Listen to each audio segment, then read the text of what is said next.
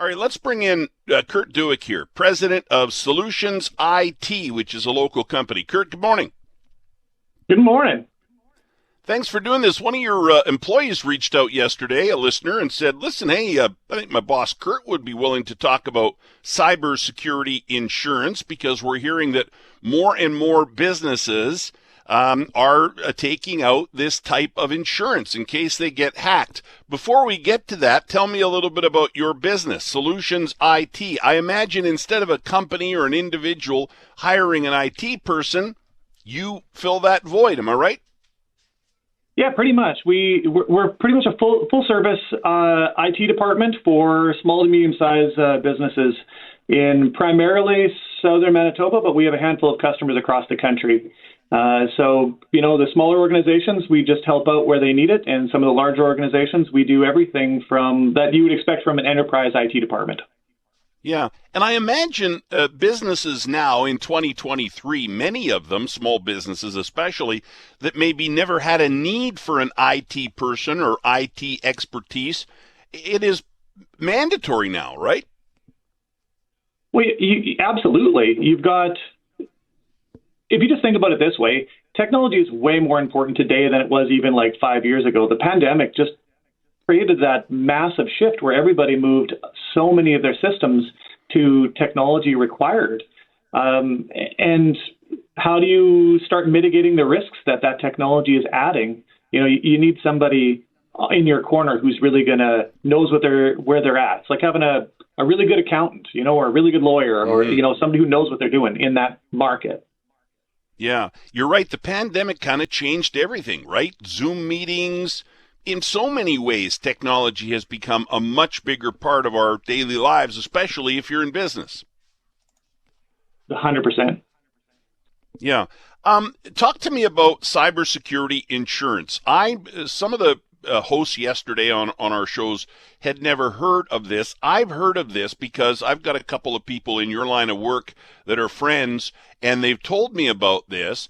And I think there was a report a couple of months ago. I think the number was $6.7 or $6.8 million, which is the average cost of being hacked. If you're a business in Canada, that's the average cost of being hacked or having your cybersecurity compromised. So this is big business. And now companies are taking out insurance to protect them from a big payout like that. Tell us about cybersecurity insurance. 100%. So what the deal is, that $6 million, you're bang on. There's a handful of different reports that hover around there. So some of that's going to be a payout to a threat actor if you have to pay the ransom. Like ransomware is kind of the number one we hear about in the media. That can be a big payout, but the secondary piece is the recovery, the cost of downtime, and the cost of remediation. We all have some expectations from the government on how we're going to keep personal information safe, right? So if there's an attack, if ransomware actor has come in, they've encrypted all of your data, well, 9 out of 10 times they've also downloaded it, they've stolen it first before they encrypted it. Now you've got possibly credit card information, social security numbers, for sure if you have employees.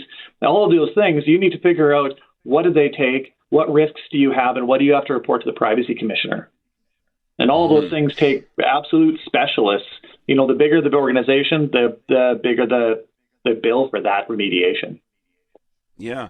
And if somebody does get hacked and they don't, I'll get back to the insurance side of it in a sec, but if somebody does get hacked and they're not covered by insurance, is your best advice pay the ransom or not, or does it sort of change case by case, right?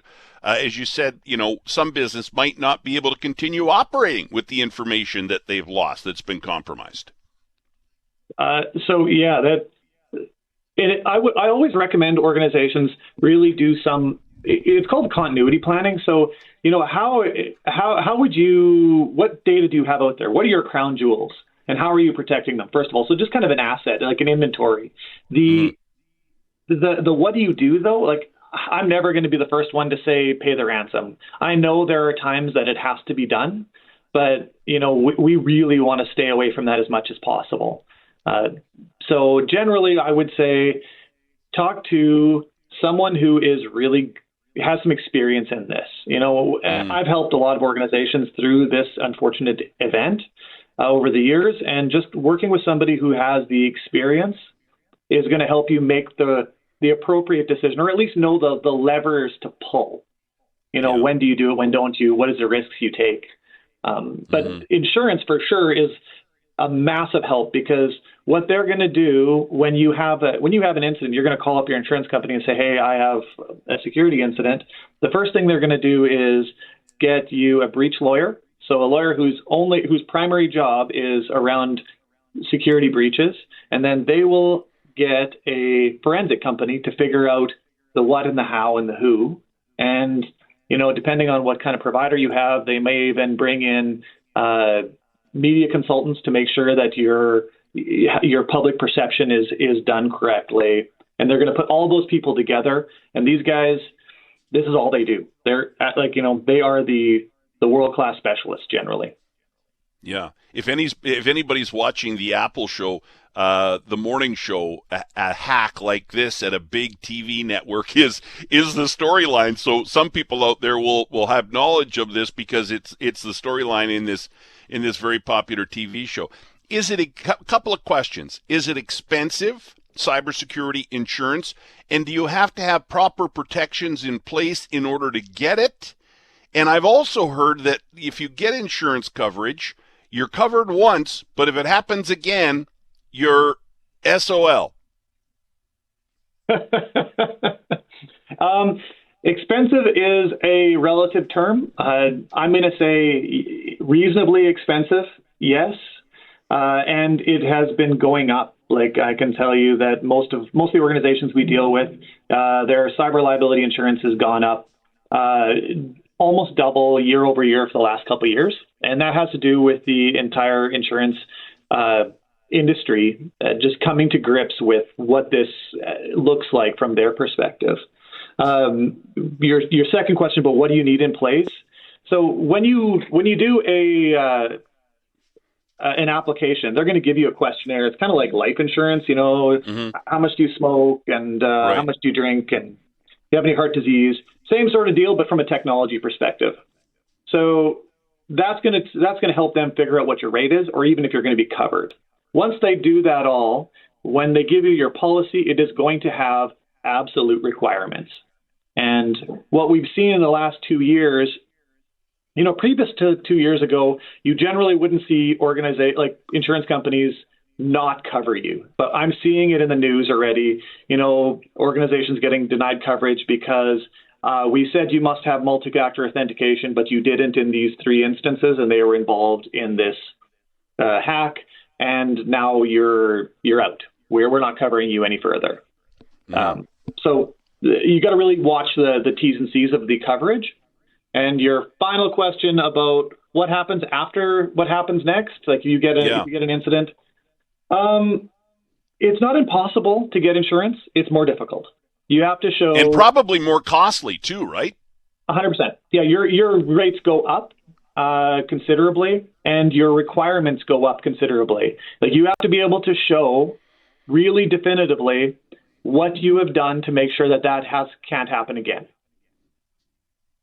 Mm-hmm. And it interesting involves stuff, a Curt. significant amount of investment. Sure. Really interesting stuff, and I'm glad your employee reached out. Is it Lawrence listens to us, and I really appreciate you coming on and explaining it. Yeah, thanks. Anytime. Thanks, Hal, for reaching out.